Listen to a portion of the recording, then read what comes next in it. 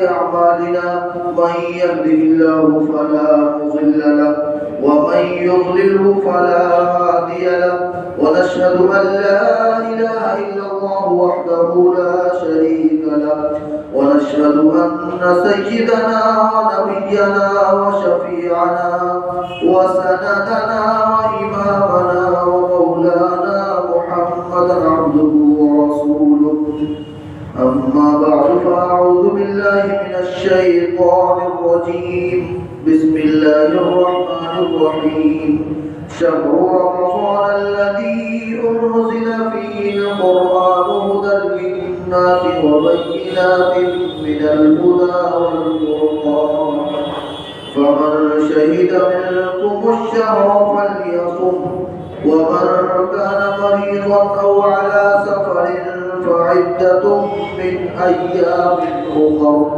يريد الله بكم اليسر ولا يريد بكم العسر ولتكملوا العدة ولتكبروا الله على ما هداكم ولعلكم تشكرون وإذا سألك عبادي عني فإني قريب أجيب دعوة الداعي إذا دعاني فليستجيبوا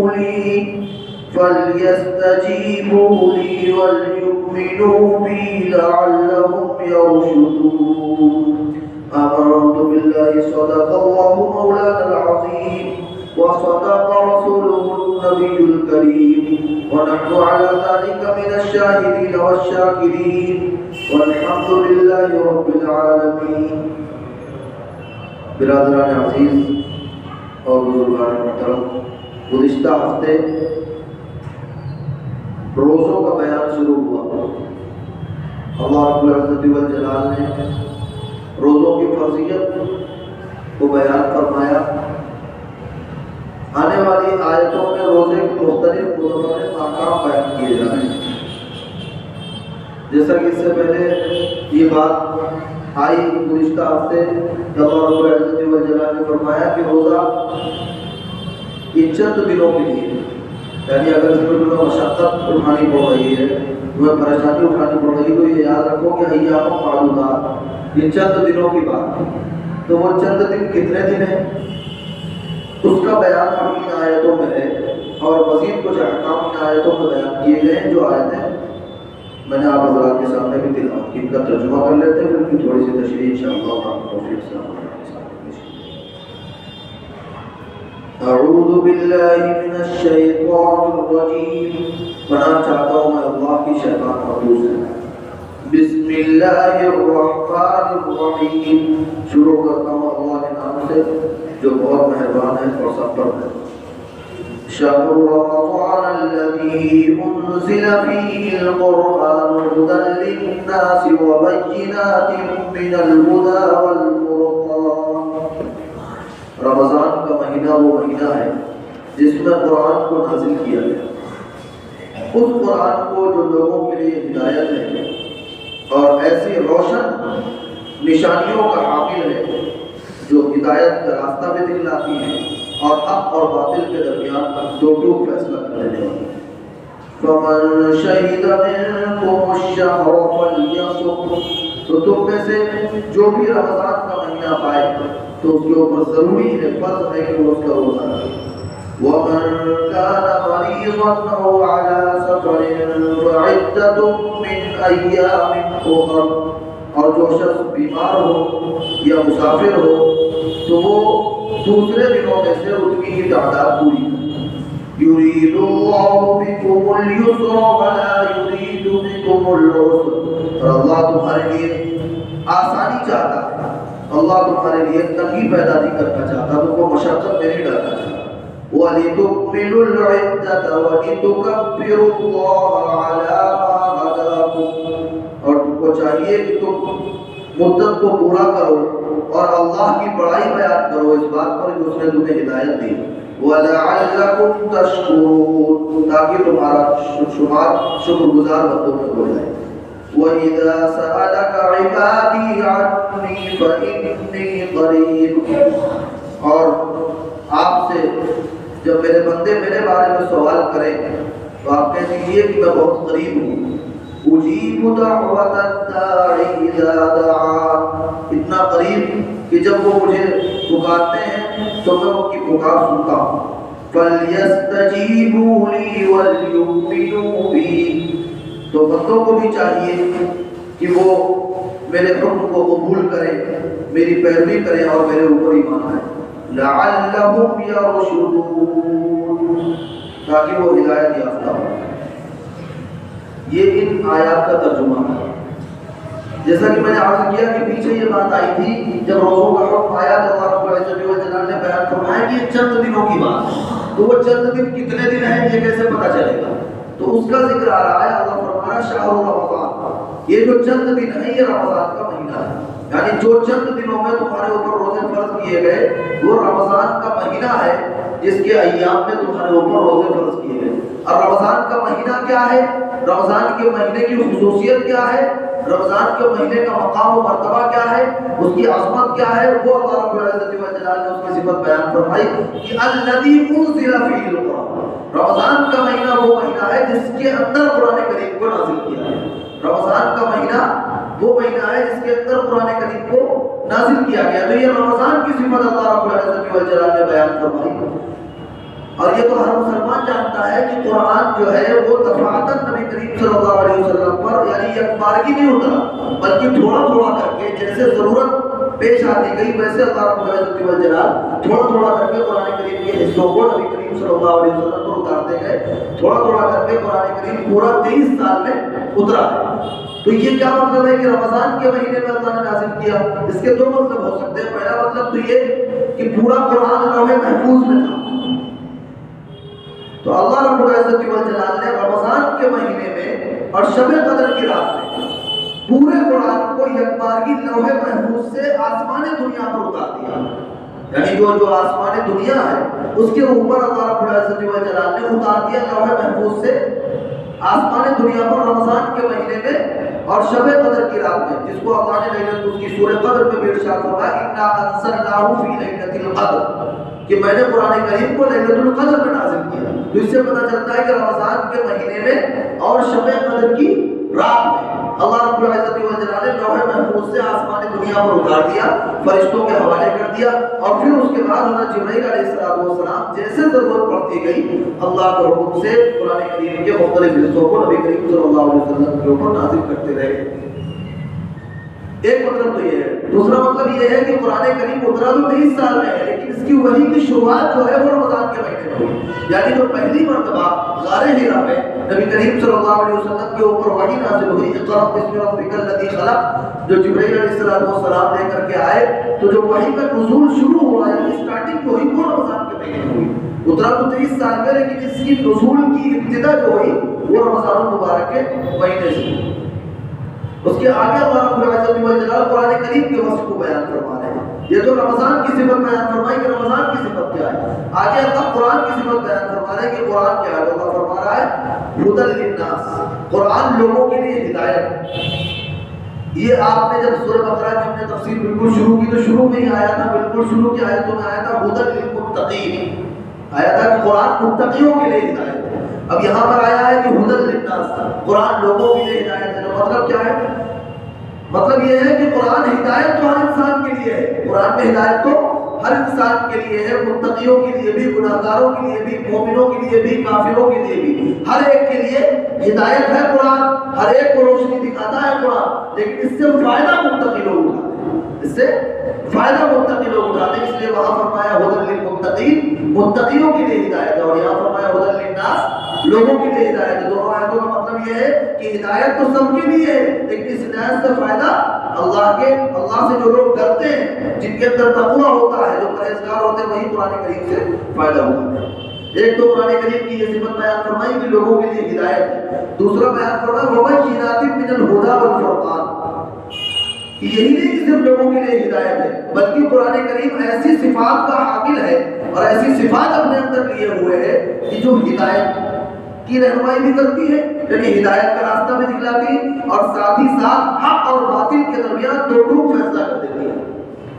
کیا مطلب؟ یعنی قرآن کریم کے اندر کچھ احکام تو براہ راست موجود ہیں جن پر عمل کیا جائے، اس کے ساتھ ساتھ اللہ رب العزت والجلال نے ایسے اصول قرآن کریم کے اندر بیان فرما دیے اور ایسا معیار قرآن کریم کے اندر اللہ رب العزت والجلال نے عطا کر دیا کہ اگر کوئی اس کو فالو کرے تو وہ دو ٹوک فیصلہ کر دیتی ہے کہ حق کیا ہے اور باطل کیا ہے۔ یعنی ایسے معیار اور ایسے اصول اللہ نے اپنی اس کتاب کے اندر نازل فرما دیے کہ ان کو سامنے رکھ کر کے انسان 2 منٹ میں پتہ لگا سکتا ہے کہ حق کیا ہے اور باطل کیا ہے۔ یعنی قرآن کریم ایسی صفات کا حامل ہے جو حق اور باطل کے درمیان دو ٹوک فیصلہ کرتا ہے۔ یہ تو قرآن کریم کی صفات اللہ رب العزت والجلال نے بیان فرمائی۔ اب واپس آتے ہیں اس پر کہ ایام معدودات کیا ہے، وہ چند دن کیا ہے، تو کیا فرمایا شہر رمضان، وہ چند دن رمضان کا مہینہ ہے، تو کیا ہوگا فمن شہید منکم الشہر فلیصم۔ اب حکم آ گیا اللہ کہ رمضان کا مہینہ وہ مہینہ ہے کہ تم میں سے جو بھی اس کو پائے، شہیدہ کے معنی آتے ہیں کسی چیز کا مشاہدہ کرنا، کسی جگہ موجود ہونا، کسی چیز کو آنکھوں سے دیکھنا، تو یعنی تم میں سے جس کو بھی زندگی میں رمضان کا مہینہ ملے، یعنی جو بھی رمضان کے مہینے کو اپنی آنکھوں سے دیکھے، فلیصم، اس کے اوپر لازم ہے کہ وہ روزہ، اس کے اوپر فرض ہے کہ وہ اس مہینے کے اندر روزہ رکھے۔ اب یہ جو فلیصم آیا، پیچھے وہ حکم جو فدیے کا آیا تھا وہ حکم اس سے ختم ہو گیا۔ جب پچھلے ہفتے میں نے عرض کیا تھا کہ جب اسلام کا ابتدائی دور تھا تو روزے کا حکم آیا تو اللہ رب العزت والجلال نے آسانی کے لیے کیا حکم فرما دیا تھا کہ اگر کوئی روزہ رکھنے کی وسعت اور طاقت بھی رکھتا ہے، اس کے باوجود اگر روزہ نہ رکھنا چاہے تو کیا کرتے ہو، ایک مسکین کو کھانا کھلا دے تو اس کا روزہ ادا ہو جائے گا۔ یہ اسلام کی ابتدا میں حکم تھا۔ بعد میں جب یہ آیت نازل ہوئی فلیصم کہ جو بھی رمضان کا مہینہ پائے اس کے لیے لازم ہے کہ وہ روزہ رکھے، لہٰذا اب وہ حکم ختم ہو گیا۔ اب آپ فدیہ نہیں دے سکتے، اگر آپ کے اندر روزہ رکھنے کی طاقت اور قوت ہے تو روزہ ہی رکھنا فرض ہے، کوئی اس کا الٹرنیٹ آپ کے پاس موجود نہیں ہے۔ جو ابتدائی اسلام میں ایک الٹرنیٹ دیا گیا تھا وہ منسوخ ہو گیا، یہ فلیصم بنتا تھا۔ اچھا، چونکہ وہاں پر 2 چیزیں آئی تھی، ایک تو یہ آیا تھا کہ انسان طاقت رکھنے کے باوجود اگر روزہ نہ رکھنا چاہے تو فدیہ دے دے، ساتھ ہی ساتھ یہ بھی آیا تھا کہ اگر کوئی مریض ہے یا مسافر ہے تو وہ روزے کی قضا کر سکتا ہے، جب صحتیاب ہو جائے تو اپنے روزے کی قضا پوری کر لے، اس کے لیے جائز ہے روزہ چھوڑنا۔ تو کسی انسان کے دل میں یہ خیال پیدا ہو سکتا تھا کہ جیسے اللہ نے اس سہولت کو ختم کر دیا کہ روزے کے بدلے فدیہ دے دے، تو کہیں ایسا تو نہیں کہ اس سہولت کو بھی ختم کر دیا کہ بیمار کے لیے جو روزہ چھوڑنا جائز تھا یا مسافر کے لیے جو روزہ چھوڑنا جائز تھا، کہیں ایسا تو نہیں کہ وہ سہولت بھی ختم ہو گئی۔ اس لیے اللہ نے مقرر ارشاد فرما دیا، یعنی دوہرا دیا یہاں پر کہ صرف فدیے کی سہولت ختم کی گئی۔ اب بھی اگر کوئی مریض ہے، زیادہ فرمایا ومن کان مریضا او علی سفر فعدۃ من ایام اخر، سیم آیت دوہرا دیا کہ جو شخص بیمار ہے یا مسافر ہے تو وہ اتنے ہی دنوں کو دوسرے دنوں میں شمار کرے۔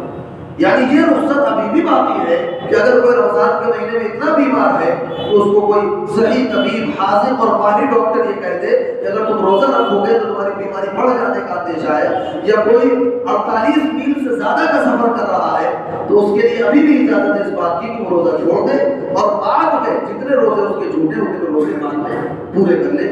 یہ سہولت ابھی بھی باقی ہے۔ آگے اللہ رب العزت والجلال بیان فرما رہا ہے کہ یرید اللہ بکم اليسر ولا یرید بکم العسر، کہ اللہ تمہارے لیے آسانی پیدا کرنا چاہتا ہے۔ یعنی چونکہ روزہ ایک مشقت کا عمل ہے، روزے میں پریشانی ہوتی ہے، پیاس کو برداشت کرنا پڑتا ہے، بھوک کو برداشت کرنا پڑتا ہے اور بہت ساری خواہشات کو دبانا پڑتا ہے، تو انسان بسا اوقات مشقت اور پریشانی میں مبتلا ہوتا ہے۔ تو اللہ رب العزت والجلال نے فرما رہا ہے کہ اللہ تمہارے لیے آسانی پیدا کرنا چاہتا ہے، تو وہ مشقت میں نہیں ڈالنا چاہتا ہے۔ کہ اللہ سے زیادہ کون جانے گا تمہارے بارے میں، تم کو اللہ نے پیدا کیا ہے، لہذا اللہ سے زیادہ کون جانے گا کہ تم کس چیز کو برداشت کر سکتے ہو اور کس چیز کو نہیں۔ اللہ رب العزت والجلال تمہارے اوپر وہی احکام ڈالے گا جن کو تم برداشت کر سکتے ہو۔ اللہ کبھی بھی تمہیں مشقت میں مبتلا نہیں کرنا چاہتا۔ اسی طریقے سے سورہ بقرہ کے آخر میں آئے گا لا یکلف اللہ نفسا الا وسعها، اللہ نے آگے فرمایا اسی سورت کے اندر آخر میں آئے گا کہ اللہ انسان کو اس چیز کا مکلف ہی نہیں بناتا جس کے اندر اس کی وسعت نہ ہو، طاقت نہ ہو۔ اللہ اسی چیز کا مکلف بناتا ہے، یعنی وہی احکام بندوں کے اوپر نازل کرتا ہے اور بندوں کو وہی حکم دیتا ہے جس کی کرنے کی طاقت اور سکت ان کے اندر ہوتی ہے۔ یعنی کوئی بھی چیز جو تمہاری برداشت سے باہر ہو، اللہ رب العزت والجلال نے ایسا کوئی بھی حکم اپنے بندوں کے لیے نہیں دیا جو بندوں کی برداشت سے باہر ہو اور اس کو کر نہ سکے۔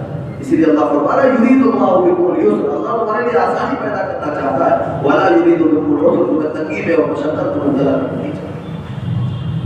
آگے فرماتا ہے وَلِتُكْمِلُوا الْعِدَّةَ، اور تمہیں چاہیے کہ تم اس عدت کو پورا کرو، یعنی جو مدت یہ رمضان کا مہینہ ہے اس کے جو روزہ رکھنے کے اپنے مدت تمہیں دی کہ رمضان کے مہینے میں روزہ رکھو، اگر کوئی مسافر ہے یا مریض ہے اور اس مہینے میں نہ رکھ سکے تو اتنے ہی دن بعد میں رکھے جتنے دن چھوٹ جائے، تو اس مدت کو تمہیں چاہیے کہ تم پورا کرو کیونکہ یہ اللہ کا حکم ہے۔ اور ساتھ ساتھ یہ بھی فرمایا وَلِتُكَبِّرُوا اللَّهَ عَلَىٰ مَا هَدَاكُمْ، اور تم اللہ کی بڑائی بیان کرو، تکبیر کہو، اللہ کی بڑائی بیان کرو اس بات پر کہ اس نے تمہیں ہدایت دی۔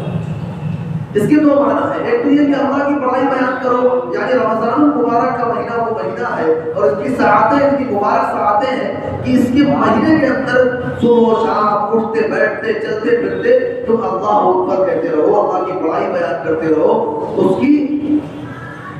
کی حمد و ثنا کرتے رہو، اس کی نعمتوں پر اس کا شکر ادا کرتے رہو، اور زیادہ سے زیادہ تکبیر کرو، زیادہ سے زیادہ اس کی بڑائی بیان کرو۔ ایک مطلب تو یہ، دوسرا مفسرین نے یہ لکھا ہے کہ وَلِتُكَبِّرُوا اللَّهَ میں ایک لطیف اور باریک اشارہ اس بات کی طرف ہے کہ جب رمضان المبارک کا مہینہ پورا ہوتا ہے تو انعام کے طور پر اللہ نے عید کی نماز رکھی ہے مسلمانوں کے لیے، اور عید کی نماز میں 6 تکبیریں زائد ہوتی ہیں، 6 تکبیریں اور نمازوں کے مقابلے میں زائد ہوگی۔ تو یہاں پر اس بات کی طرف بھی اشارہ ہو سکتا ہے کہ وَلِتُكْمِلُوا الْعِدَّةَ، عدت کو پورا کرو، مدت کو پورا کرو، یعنی رمضان کے مہینے میں پورے روزے رکھو، پھر اس کے بعد وَلِتُكَبِّرُوا اللَّهَ، یعنی جب عید کی نماز پڑھو تو اللہ کی تکبیر کہو، یعنی 6 تکبیریں جو زائد ہیں تو اس کی طرف بھی اشارہ ہو سکتا ہے کہ اللہ کی بڑائی بیان کرو اس بات پر کہ عَلَىٰ مَا هَدَاكُمْ، اس نے تمہیں ہدایت دی، تمہیں رمضان کے روزے عطا کیے جن کے ذریعے تمہیں تقویٰ حاصل ہوتا ہے، تمہیں پرہیزگاری حاصل ہوتی ہے، تمہارے اندر تقویٰ پیدا ہوتا ہے، تم گناہوں سے بچ جاتے ہو رمضان کے مہینے میں،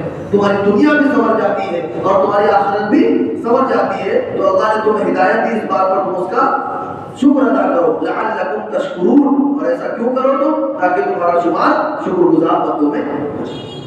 اس کے آگے اللہ فرماتا ہے وَإِذَا سَأَلَكَ عِبَادِي عَنِّي، کہ نبی کریم صلی اللہ علیہ وسلم کو مخاطب فرما کر کہ اگر آپ سے کوئی میرے بارے میں پوچھے، یعنی نبی کریم صلی اللہ علیہ وسلم سے اللہ فرما رہا ہے کہ اگر میرے بندے آپ سے میرے بارے میں پوچھیں کہ میں کہاں ہوں یا میں ان سے کتنا قریب ہوں، تو کہہ دیجیے فَإِنِّي قریب، کہ میں بہت قریب ہوں اپنے بندوں سے۔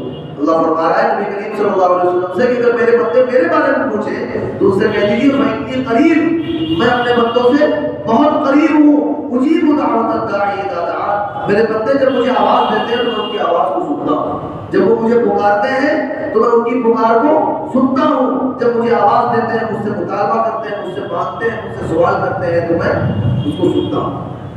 اس کا ایک مطلب تو یہ ہے کہ رمضان المبارک کا مہینہ وہ مہینہ ہے کہ قبولیت کا مہینہ ہے، اس میں جب بندہ اللہ کو پکارتا ہے تو اللہ رب العزت والجلال اس کی پکار کو سنتے ہیں۔ اس لیے رمضان میں خوب دعائیں اللہ سے مانگنی چاہیے، خصوصی دعاؤں کا اہتمام کرنا چاہیے، خوب دعائیں اللہ سے مانگنی چاہیے۔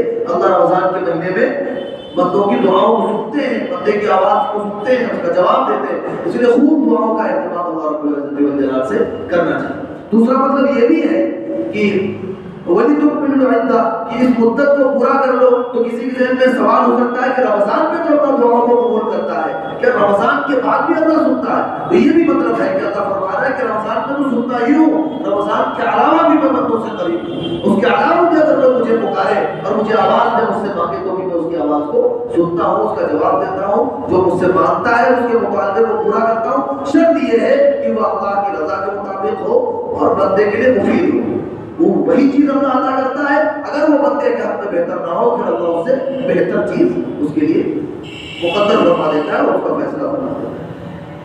اب چونکہ اللہ فرما رہا ہے کہ میں بندے سے قریب ہوں، بندہ جب مجھے پکارتا ہے تو میں اس کی پکار کو سنتا ہوں، جب مجھ سے سوال کرتا ہے تو میں اس کے سوال کو پورا کرتا ہوں، تو پھر اللہ رب العزت والجلال مجھ سے بھی مطالبہ کر رہا ہے فَلْيَسْتَجِيبُوا لِي، تو بندوں کو بھی چاہیے کہ وہ بھی میرے حکم کو قبول کریں، بندوں کو بھی چاہیے کہ وہ بھی میرے حکم کو قبول کریں، یعنی کوئی بھی اگر میرا حکم آتا ہے اور اگر اس میں مشقت بھی ہوتی ہے تھوڑی سی، جیسے روزے کا حکم ہے، اگر تھوڑی سی مشقت بھی ہوتی ہے، تھوڑی سی پریشانی بھی ہوتی ہے، تو بندوں کو چاہیے کہ میرے حکم کی اتباع کریں، اس کو قبول کریں اور خوش دلی کے ساتھ، جمعی کے ساتھ، بشاشت کے ساتھ اللہ کو راضی رکھتے ہوئے اللہ کی رضا کے لیے روزے رکھیں اور اللہ کا جو بھی حکم ہے اس کو پر پورے طریقے سے ہونا جائے۔ یہ تو میرے رب کا حکم ہے، اس میں اگر تھوڑی سی مشقت بھی برداشت کرنی پڑی تو اپنے اللہ کی رضا کے لیے، اپنے رب کی رضا کے لیے اس کو پڑھنا چاہیے۔ ساتھ ہی ساتھ یہ بھی فرمایا وَلْيُؤْمِنُوا بِي، اور میرے بندوں کو یہ بھی چاہیے کہ وہ میرے اوپر ایمان لائیں، میرے اوپر ایمان لائیں۔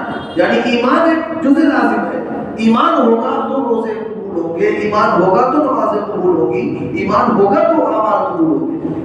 تو لہذا میرے حکموں کی پابندی کریں، میرے حکموں کو قبول کریں، اور ساتھ ہی ساتھ میرے اوپر ایمان بھی لائیں کہ اللہ رب العزت والجلال کے علاوہ کوئی بھی عبادت کے لائق نہیں ہے، وہ واحد ہے، اکیلا ہے، ہمیشہ سے ہے، ہمیشہ رہے گا، اور کائنات میں اس سے بہتر کوئی نہیں ہے۔ پوری کائنات کے اندر اس سے زیادہ طاقتور، اس سے زیادہ قدرت والا، اس سے بڑی عظمت والا، اس سے زیادہ رفعت اور بلندی والی کوئی ذات پوری کائنات کے اندر نہیں۔ یہ سب کیوں کرنا ہے؟ لعلہم یرشدون۔ اللہ فرما رہا ہے میرے بندے میرے حکم کی پیروی کریں اور میرے اوپر ایمان لائیں تاکہ وہ ہدایت پر آ جائیں، تاکہ وہ ہدایت پر آ جائیں، اور اس کو ہدایت انہیں مل جائے اور ہدایت یافتہ ہو جائے۔ یعنی جب میرے حکم کی پیروی کریں گے اور میرے اوپر ایمان لے آئیں گے تو پھر اللہ کیا کریں گے؟ اللہ ہدایت کے راستے پر چلا دیں گے اسے، اور اللہ ہدایت والی زندگی عطا فرما دیں گے۔ اس میں زندگی میں بھی سکون ہوگا انشاءاللہ، اور آخرت میں بھی سکون ہوگا۔ رمضان کی مبارک ساعتیں آ رہی ہیں، اللہ ہم سب کو قدردانی کی توفیق عطا فرمائے، ہم سب کے عمروں میں اتنی برکت عطا فرمائے کہ رمضان کا مہینہ ہمیں نصیب ہو جائے۔ اللہ رب العزت والجلال سے دعا ہے کہ اللہ تعالیٰ خوب قدردانی کی توفیق عطا فرمائے۔ وآخر دعوانا الحمدللہ۔